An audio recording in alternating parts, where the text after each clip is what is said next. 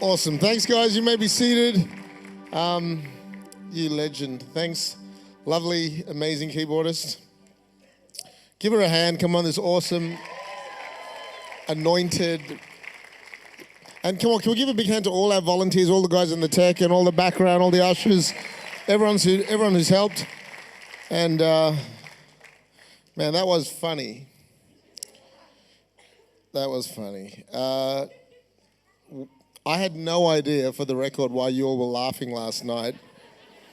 Because I was actually about to speak another message. I changed it to do that whole Caleb message.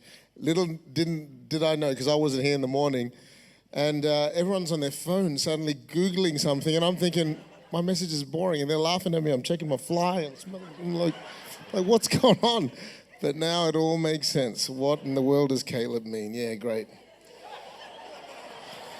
Named my son in vain. I thought he was wholehearted, found out he's a dog.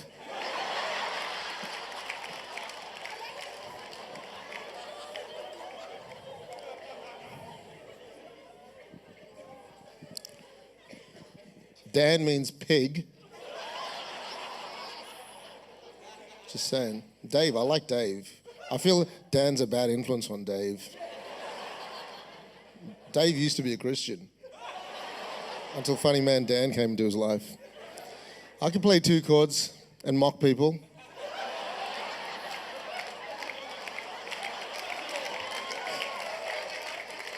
You know what? I can play 3 chords and mock people.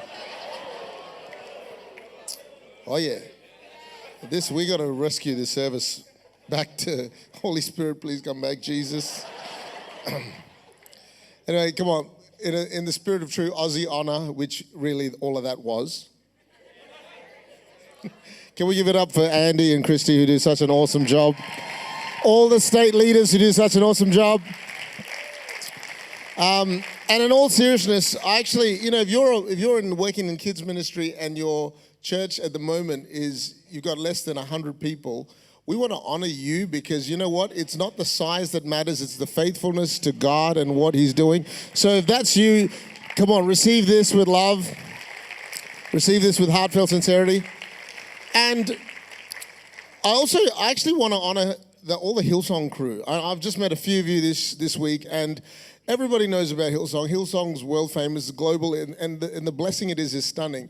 And you know, sometimes if we all get to ride in the grace that has been broken by pioneers before us, and just to meet the guys who are so humble, and you know, I love them because I've seen them on TV, and my kids have seen them on TV, and to hear the humility and yet the willingness and the largeness to come and serve in such an incredible way. Can we honor all the Hillsong team specifically? What a great bunch of guys. We love you all. And everything in between. All of us, every one of you in kids ministry, come on, give yourselves a big hand as well. Incredible. It's been an honor for me to be here. I want to give you quickly tonight something that I hope will inspire you, will awaken your faith as we go to where we are going, wherever we're going. We call this innovation, we call this innovate, but you realize that innovate actually requires you to take a risk. You know, you could talk about the strategy to innovation. You could talk about creating margin in your life and brainstorming and all that. But at some point, you actually have to give it a go. You actually have to give them a go. You might be here and go, well, I'm not a real risk taker by nature. Well, you can't be innovative and not take a risk. The parable of the talents, which almost everybody knows, I'm just going to paraphrase. 3 guys, one has 5, one has 2, one has 1. They all given talents. Master goes away, comes back. First guy has produced 5 more. He says, well done, good and faithful servant. Second guy, 2 more, same thing. Well done, good and faithful servant. That parable, the third guy, it's him who teaches all of us today that there's no such thing as risk-free stewardship. You can't be a good steward and take no risk. He's the only guy in the story who didn't take a risk, and it didn't turn out good for him. He didn't lose it. He wasn't negligent. He wasn't evil. He didn't kill anybody. He just didn't want to take a risk. He said, I knew you to be a fearful and austere man, sowing where you've not reaped, blah, blah, blah, blah, blah, blah. And he goes, well, we know how it turned out. Wicked and lazy servant. This is troubling if you're like me in the sense that I grew up, I'm pretty conservative by nature. I'm not a risk taker by nature. I don't gamble my money. I don't have crazy investments. I'm not into all the latest things. I don't jump out of planes. You know, I don't even on holidays jump out of bed. Like I'm conservative. For some people, like on their holidays, you watch their Insta story. They climb rocks. I don't climb ladders. I don't climb anything. And it's like if you're a more conservative, withdrawn person, how do you even listen to a message like this about, well, if I'm going to be an innovator, and I came all the way here to learn about innovation and be inspired to be an innovator, how do I be an innovator if I'm not a risky sort of person? You see, our story at Kingdom City has been pretty crazy. In 12 years, after I had an encounter with God, I sold my house in Perth, bought a one-way ticket to Malaysia, Islamic country, went there without a visa, without anything, and started a church. Went to Starbucks because it had free Wi-Fi, and I met there, and that's where we started 12 years ago. And in the journey of 12 years, there's been some crazy risks that have been taken in terms of the expansion into foreign cultures and other spaces and other places. And really inspired by what God is doing, I've taken risks. And so people have looked in and gone, why does he do such ridiculously risky things? But then I know him. He's like this boring guy that doesn't climb out of bed, doesn't climb ladders, he's not a risk taker. If I was some maverick, if I was some crazy out there guy, and then I come to lead a kids ministry and I go, let's try everything, people are just gonna go, oh, here he comes. Because they know my personality. But I want to tell you that it doesn't matter your personality, what StrengthsFinder says about you. Every person in this room can be an innovator. Every person in this room can be creative. Every person in this room can do great things for God. Every person in this room, regardless of your risk profile, is actually called by God to be on the cutting edge of what God is doing. You might go, I'm just in admin. You're not just in anything. You're awesome. You're created in the image of a creative God. And so innovation is your inheritance. It's got nothing to do with your risk profile. But I did think about this. I thought, you know what? I want to give you a few convictions that I think will encourage risk-taking. It'll encourage innovation. See, when I look at my own life, I had one guy say to me, listen, can you tell us, what is it you really believe that makes you innovative, that makes you take risks? Because it's clearly not your personality. So this is good news for every eldest Asian child in the room. My brother, he just raised his hand. I couldn't see him. He's dark like me. This hasn't been a very politically correct conference, I must admit. Funny Man Dan definitely didn't help.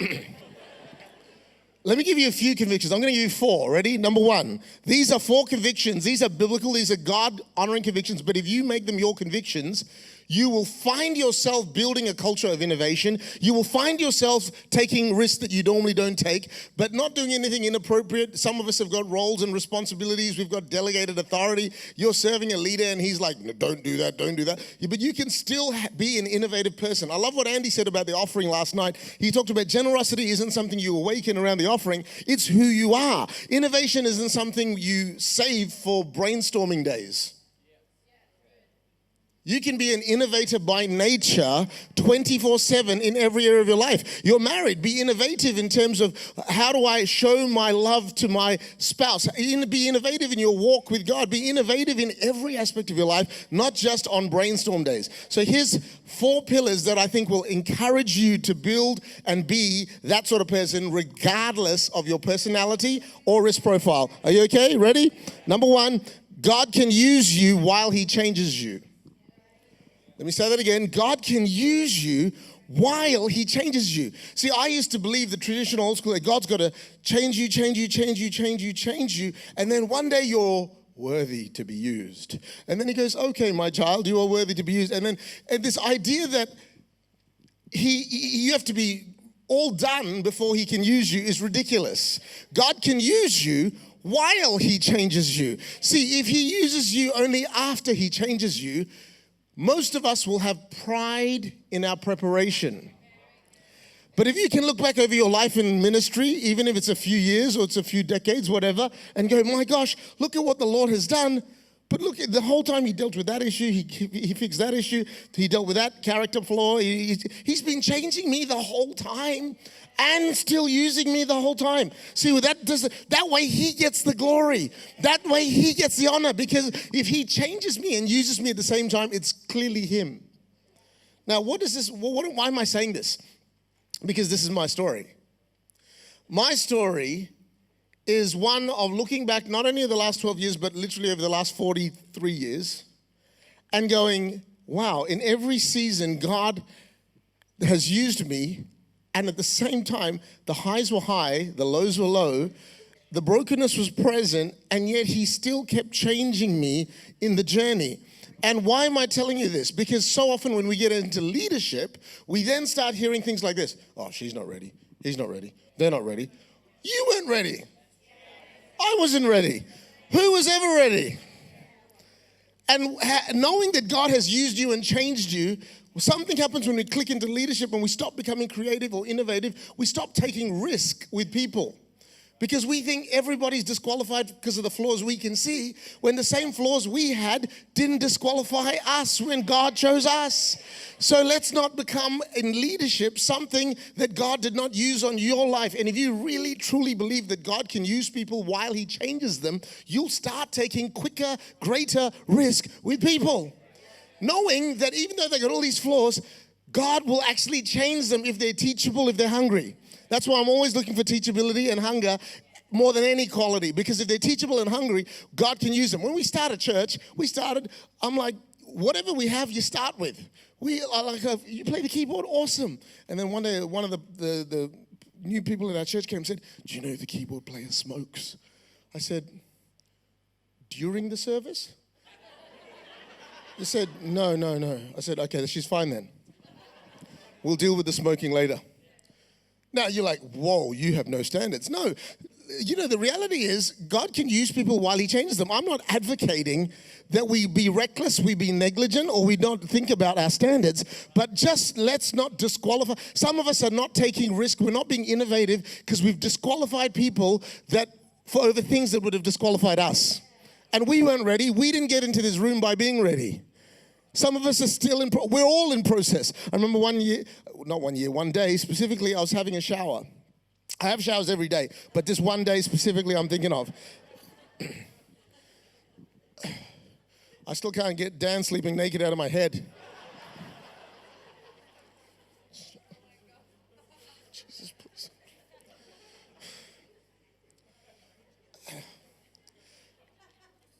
I'm in Malaysia.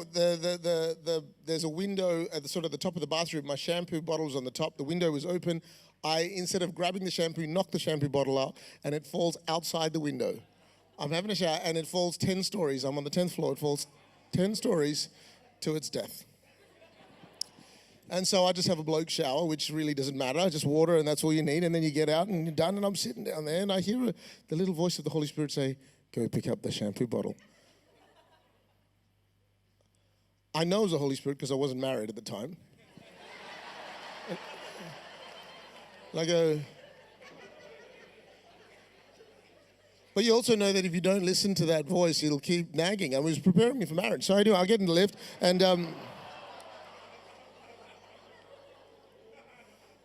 Dan called my wife a male yesterday. So as far as I'm concerned, nothing I say is inappropriate. So I get in the lift, and I was going down, and I'm like, I can't believe I'm doing this. So I'm going around trying to find where my apartment is, where it would have fallen. And I'm walking around, and I find the book, and there it is, my broken shampoo bottle. It's there. It's got a little crack through the whole thing, and I'm about to throw it in the bin. It's all dirty. It's got soil.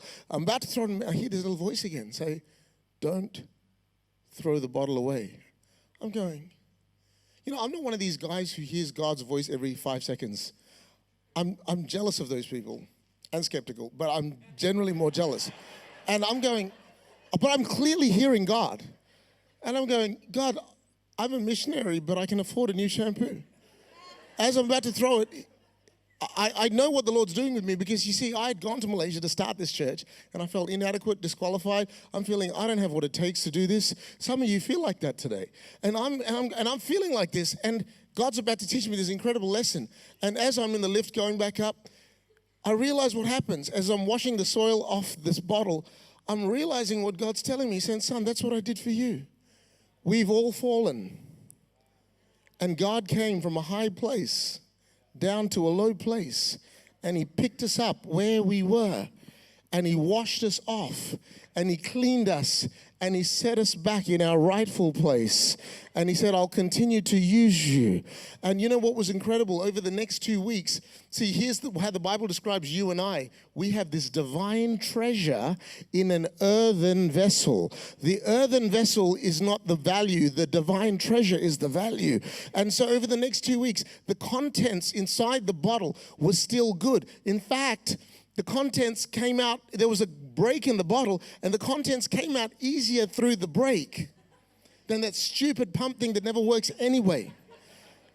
And do you realize that the God in you can sometimes come out easier through the brokenness of your life than the perfection of your life? When you think you've got it all together, and listen, that's why you might feel disqualified. You might feel intimidated. You might look at this room and look at the front row and go, oh my gosh, I can't do it. But do you know the brokenness in your life actually is the quicker access for people? Do you know God was saying to me, son, don't worry, you're broken, but I can still use you to clean people.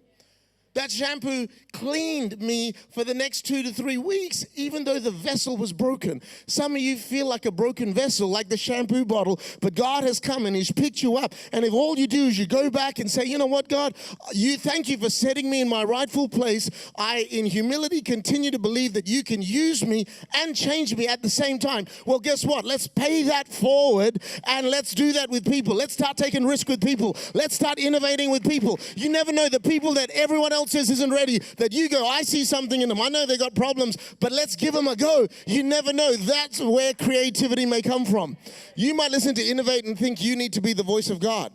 When I sit in a staff meeting, when I sit in a group meeting, my job as a leader is not to be the voice of God in the meeting. My job as a leader is to recognize the voice of God in the meeting. I'm listening, I'm going, oh. And then Jordan says something. I'm like, that's it, let's do that. Let's do that. I don't have to come. Innovation doesn't have to come from you, but if you're a risk taker with people because you believe in people, innovative ideas will come from broken shampoo bottles. Take a risk. Believe that God can use people while he changes them, and you'll do things that others won't do. Jesus was a crazy risk taker with people. You know, he picked 12 randoms, and not only did he pick 12 randoms, if you read Luke chapter 9, he took them on the mission trip from hell. They messed up everything possible in the mission trip. If you read Luke 9 properly, chronologically, they didn't have enough authority to cast out the guy with demons. Then they started arguing over greatness, which is pretty dumb when you still couldn't heal the guy. Then they argue over sectarianism, and are they for us, are they against us, are they our denomination or not denomination? Then they start wanting to call fire down in the wrong cities. All of this happens in Luke chapter 9. If you just read it as a story, you're like, this is a pretty bad mission trip. They got ego issues, authority issues, divisive issues, wrong covenant issues. It's a messed up mission trip. Most of us would have gone, time out, bring the team in. No more mission trips until we do some serious retraining. Guys, you got serious problems. Like, listen, you got everything wrong. We covered all the sins. You got them all. You know what Jesus does? If you read Luke chapter 10, that's Luke chapter 9. Luke chapter 10, verse 1, in chronology, the next verse says, after these things, Jesus appointed another 70 also. It's like as if Jesus looked at that mission trip and thought, that went really well. Proud of you, boys. We're moving far too slow. Let's get another 70. It is stunning if you actually just go home tonight and read it. Read Luke 9 and go, oh, yeah, whoa, issues, attitude, problem, blah, blah, blah. After these things, Jesus appoints another 70 also. Literally, if you get in the mind of Jesus, it's as if his whole perspective towards people is different to how you and I would call leadership. Leadership is if it's the privilege to exclude others. Are you kidding me? Great leaders are the ones who include others. Look for people who are teachable. Look for people who are hungry. But remember, everyone say, God can use you while he changes you. Look at the better looking person and say, God can use you while he changes you. Okay. You know, listen, here's a good thing to remember, whatever the state of your kids' ministry. Your kids' ministry is stronger than you think. You're like, oh, but it's not good. Why am I saying that? Because there's so many people who think it's so fragile. That you think like your biggest mistake will mess it up. Remember who's building his church. Jesus said, I will build my church. We just get to have a go. My son Zeke, the elder one, thank God Dan's not going to make a song about him because I'm about to tell a bad story. Zeke, he loves making cookies. And I would come in from work and he's like, Dad, I made cookies. I'm like, oh, you're awesome, son. And I give him a big hug. But all he really did, this is at the age of 3 or 4, all he really did was put his hand in the dough. His mum did all the work. And he's like, awesome, but I don't go, you didn't make the cookies, your mother made them. I'm a dad. I go, oh, you're awesome, son. I love you. I'm so proud of you. Come on, let's eat the cookies together. And that's what you do. But he didn't really make them. He just he made a mess. Jesus is building your kids' ministry. We just get to put our hands in the dough. People are like, how did you do this? I haven't done anything. I just put my hands in the dough and God's blessing this thing. I'm not being silly about it. I'm honestly saying it's a good thing to remember because some people are so fragile. Oh my gosh, the musician sang in the wrong key. That's it. Nobody's coming next week. Can I tell you that your ministry will survive even what you think will kill it? Our first year of church, we had a moral issue that made desperate housewives look like the Brady Bunch. I'm like, this church is over. It's dead. It's actually not going to happen. It's actually officially over. People kept coming back. I'm like, do you guys know what's happening here? It's profile. It was like, to my shock, it kept growing. And that was a 1-year-old church. Why do we get so fragile? So why do I really believe this? Because Jesus said he'll build his church. My son, Zeke, at the age of 7, 8, he starts to get a little bit more confident, shall we say. And he comes home and he goes, Dad, I made the cookies. And I'm like, good on you, son, I love you. Give him a big hug. He goes, no, Dad. A little bit of a smug thing. I really made the cookies. Now, I know you think sometimes I don't, but I did it. I got the mixture. I poured it into the tray. And a lot of I's. We ban I talk in our team. Anyway, I put it into the oven. I, as a parent, thought, here's a teaching moment. He goes, so I made the cookies. I said, actually, son, you didn't. So what? I'm like, no, you didn't make the cookies. He said, well, yes, I did. I said, did you buy the oven? Did you pay the electricity bill that ran it? I felt like God talking to Job. I felt so smart. I was like, see, because that, and look, don't worry, I'm tired with my son. But the point is this. Sometimes when our innocence of it, like, yeah, we'll do anything. And then after a while, no, but actually, it is me. I did it. And God goes, really? Really? And God has a funny way of just letting us know, like he's done. God doesn't ask questions because he doesn't have the answer. He asks questions because we can then look and go, oh yeah, that's true. And I picked up my son. I told him I loved him, and he's like, yeah, Mum and I made the. I'm like, yeah. So I looked at it. It was just a wonderful moment of sometimes for us to recognize, let's give God his job back because he's the one building this kids ministry. And that actually takes pressure off. It actually goes, you know what, God, help me to see every person that I meet through your eyes because I want to see the potential in each person, and that will cause you to take some risks. Okay, secondly, let's move on. The wineskin always serves the wine. What does that mean? The wineskin always serves the wine. It means that you can start getting innovative with your structures. See, when some people are so bound to how we've always done it, innovation only happens when you realize which is more important. The children in your ministry are more important than the program you're running. What God is doing in their life is more important than the songs they're singing. What you've got to do is go, okay, this is the value, and so what do we need to make this more valuable? Do you know, even as we've gone on our 12-year journey, we're in first world, developing world, third world, we're in Asia, Africa, Europe, Asia, Australia, blah, blah, blah, and it's different. It's everywhere is different. The amount of change we've made in our church is crazy. It's ridiculous. I tell our team, if any policy lasts more than 12 months, it deserves a long service medal. because the rate of change is there, and no one gets all knotted about it, because guess what? The value is not the wineskin, the value is the wine. If you're precious about, but my mother started this kids ministry. Well, guess what? Innovation is not going to be in your future if you're more sentimental to the past. When you're sentimental to the past, you create nostalgia. But when your heart is towards the future, it's then you create momentum. And if you want momentum in your kids' ministry, you've got to say, God, help me to recognize what's most important. I had the privilege of speaking at a business thing in Dubai with the leader of the American army who led the attack against Al-Qaeda. Thank God I went first. He got up and did this dramatic, incredible presentation. His name's General Stanley McChrystal's written a great book, Team of Teams. If you want to read a good book, leadership book, Team of Teams by Stanley McChrystal.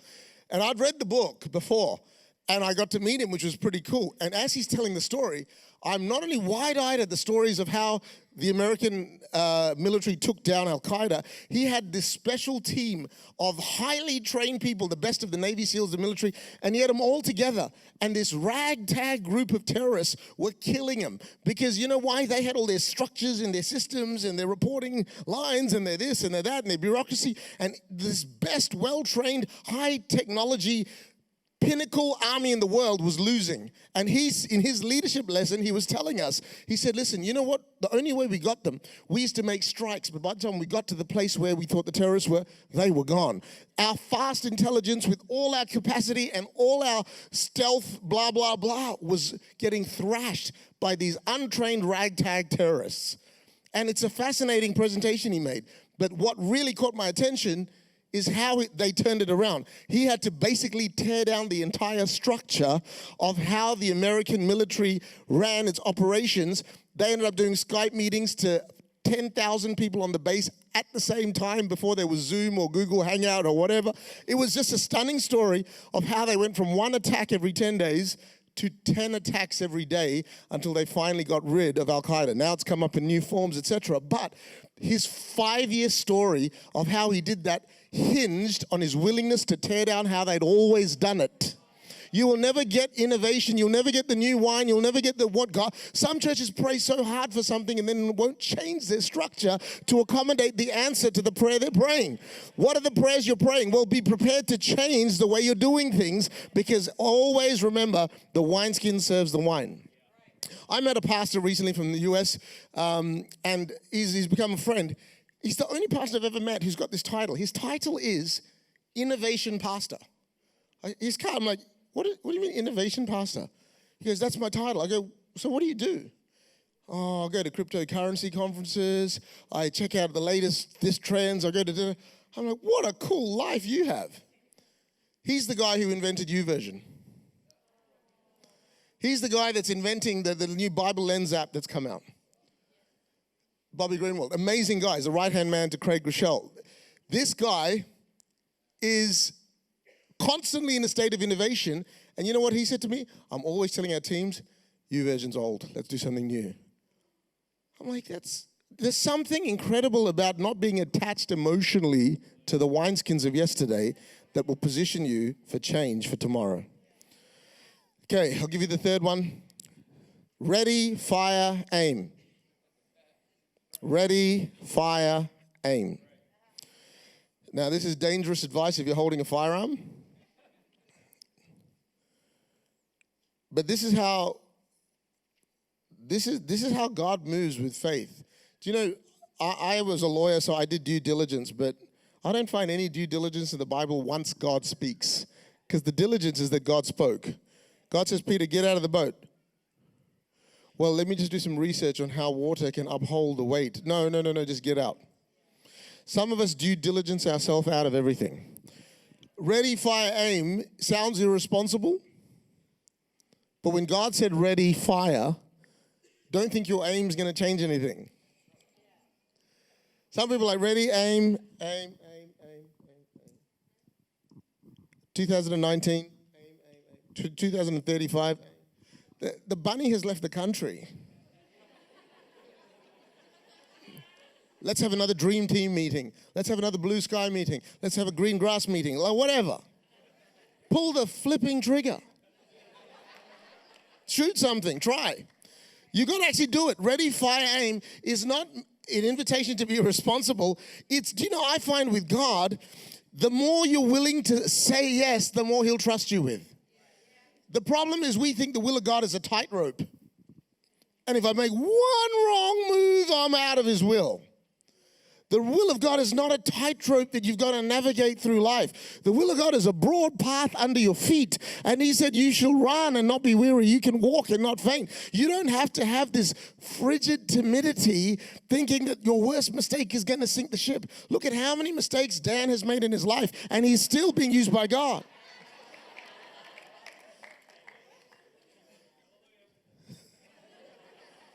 I want to encourage you. Some of you have been waiting on things and you're like, now you're like, we've got excuses like, oh no, but my senior pastor won't let me. My department head won't let me. The campus associate executive won't let me. The senior vice president of the operations of oversighting kids. Listen, I can't believe I'm going to say this. So I'm not. Pastor Mark said, listen, I'm not saying it's better to ask for forgiveness than permission. I'm not saying that.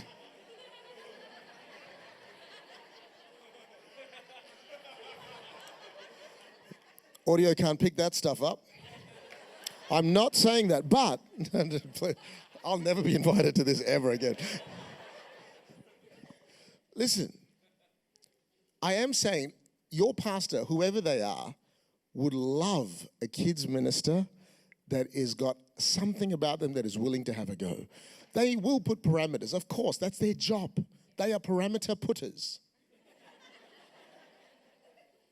But you don't have to be the person that uses those parameters as the excuse. Ask God for creativity even within those parameters, and God will show you a way. I love creative staff. Creative staff give me a lot of problems, but I love the fact that they actually bring solutions too. Do you realize that every time sometimes if you are so nervous about making a decision, ask yourself, are you in the right place? Are you in the right space yourself? Maybe there's something going on. That's the reason you're feeling like that. There's an insecurity. You haven't shaken off failure. Something happened and you're like feeling. You've got to get to that space because God has not given you a spirit of fear or timidity, but a spirit of love and power and a sound mind. You are a son, you're a daughter, you're a child of the King, and he calls you to flourish. And no matter what your environment, where you're at, where you're from, God wants you to flourish. There's no pastor that doesn't want their kids' ministry to flourish. So what they're looking for is someone that's got a little bit of get up and go, a little bit of ready, fire, aim. The peace of God will mark you. I don't think David with the sling, he's like, he aim here to let it go, or the Goliath was going to run him down. There's sometimes you just got to say it, and then when you say it, it'll do it. I married my wife on the first coffee. We don't have time for the story, but it was full on. Like first ever coffee. I'm looking at her and I'm hearing a voice in my head. This is your wife. This is your wife. And I'm going, I've got to say something because she's a youth pastor from Brisbane. I'm a senior pastor in Malaysia. And we met on a mission trip. And I'm like, we're in Starbucks. And I'm like, she's going home. I'm like, say something. But we don't know each other. First ever coffee. I go, I think I'm having coffee with my wife. I just said it. She looks at me and goes, I'm thinking, she's going to stand up, slap me, and go, what sort of dodgy senior pastor are you? Is this your integration line? Is this how you follow up new people? Is this how you're building your church in Malaysia? To my shock, she sits back, smiles, and says, yeah, I think you are having coffee with your wife. And now what she said shocked me more than what I said. Because I thought I was this stupid fool for being so impulsive. I didn't expect her to I'm like, are you serious? She goes, yeah, are you serious? And then we both backtracked a bit. And then it was like, and then for the next 15 minutes, she pours into these signs that she's had for the last 4 months. I had no signs. She's had this runway of prophecy, word of God, talk to her parents, all the right boxes. She ticked them all. It dawns on me, she's come to this coffee expecting this, but she lived in Brisbane. I lived in Malaysia. I didn't even know she knew all of this. And she's got all these signs, and she's just waiting for me to say something because I'm the guy. And so I say something, and then she just launches. I'm like, And then she finishes and goes, oh, so tell me your signs.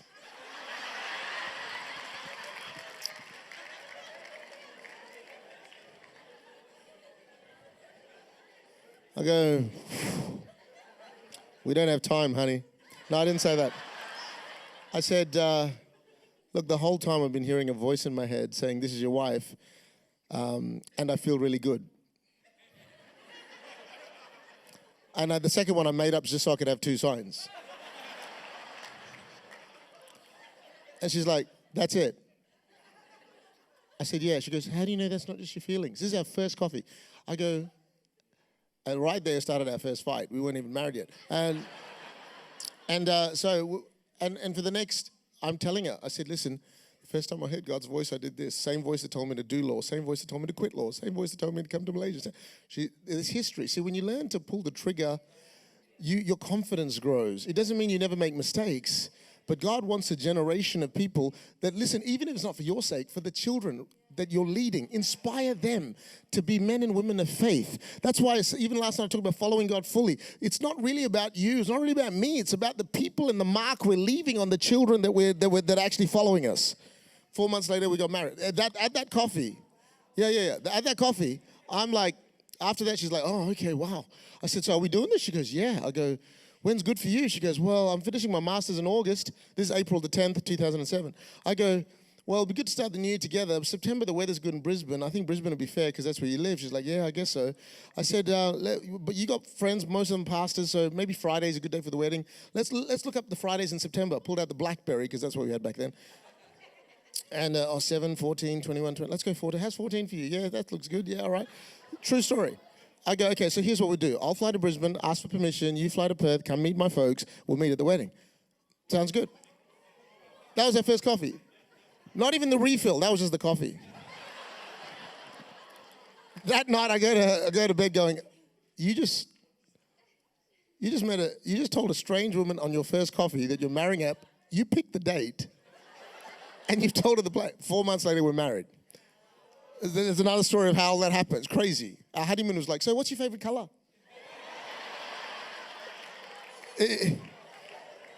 You're never going to live a big life by aiming the rest of your life and never firing. People wonder how the last 12 years has happened now, over 20,000 people in 7 countries. It's not by doing due diligence every 3 minutes. Do it. Just do it. Go and step out and have a go rather than just pray, plan, all of that, but do it. And the last pillar, live on green. Live on green. Live on green. This is not some vegetable diet. I'm talking about traffic lights. You know, this is just a mindset. Some people approach God as if every decision is a red light. Well, I just need 3 signs before I do anything. I approach God as if every light is green. And then when I hear an orange or a red, I stop. Some people, it's just a perspective. You know what's like, hey, would you like to join the prayer team? Oh, I just need to pray about it. Pray about joining the prayer team. What's God going to go? No, don't pray. Like, what they want is they want signs before they do anything. I need signs before I stop anything. People are like, so are you guys going to have a church in China? I'm like, yes. Are we? It's just a perspective. Other people are like, no, I need the Lord to speak to me 7 times around China. No, it's a perspective. I'm not asking you to be presumptuous or silly because that's what the check of the Holy Spirit's for. When you feel amber, when you feel red, I have heard no, I've heard not you, I've heard not now, I've heard that. That's why I can live on green. If you've never heard that, then please don't take this advice or anything I've said for the last 2 days. Living on green is just God's desire for you to run. You know, he didn't say run, but every step, wait. Run. Imagine if you're running and every step, can I run again? Yeah, that's not called running. That's called staggering. He wants you to live as if every light's green. And then every now and then there will be a stop. There'll be a pause. There'll be an orange. There'll be a red. God says go into all the world and preach the gospel. Paul goes, I'm going into Asia. Holy Spirit says no. Oh. I knew it was coming from God. And so Paul's like, but you said go into all the world. Yeah, but not you, not now. And then directs him to Macedonia. But you know, when God said go, when God said do, when God said dream, when God said innovate, go for it. And let the others say no, bring the red, bring the orange, but you don't be the one that always needs permission for the green. Listen, I want to close with this. You know, the whole story of the talents, which I started with, what troubles me most about this whole story is the fact that the last guy who didn't take risk, God said to him, you wicked and lazy servant. I always thought that was a bit harsh. I'm like, I can see he's lazy because he did nothing. But I never knew why the master called him wicked, because wicked implies he did something horrible. Until one day, I think the Lord showed me what this was really about. If I said to Jesse, who's just a legend, great kids pastor, if I said to him, Jesse, here's $1,000. I'm going to come back in a week and I want to see what you've done with it. Master goes away, comes back. Oh, you multiplied it. Well done, good and faithful servant. Well done, good and faithful. What did you do, Jesse?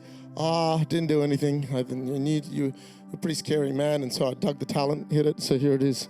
I'd be like, Jesse, you lazy servant. That makes sense. He's not wicked. He didn't kill anybody. He didn't even lose it. He just didn't take a risk. How is he wicked for not taking risk? Imagine if this was the instruction, and this is why it's significant. If I said to him, Jesse, here's $1,000. I want you to feed the front row. I'll be back in a week. Come back in a week, go, Jesse, what did you do with it? Oh, nothing. I knew you to be a fearful and austere man, reaping what you haven't sown. So here it is.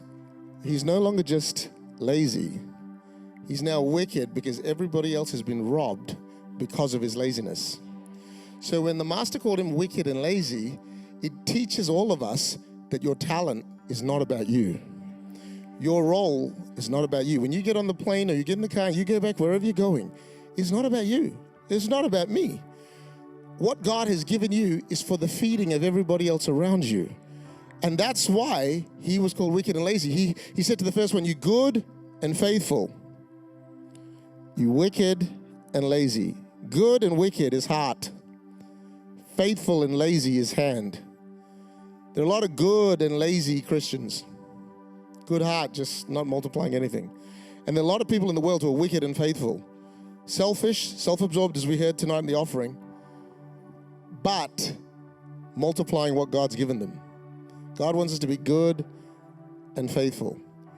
And when I realized that what God is asking me to do isn't about me, it changed me regardless of my risk profile, regardless of my personality. I want you to go back tomorrow with innovation bubbling, with convictions bubbling, that every team member you look at, God can use them while he changes them. They're better than they think. I'm going to take a risk with them. Guess what? No matter what wineskin we've had in the past, the wineskin always serves the wine. Father, give me the ability to pull the trigger, and Lord, help me to run and not wait every step of the minute. Come on, let's stand to our feet. Let's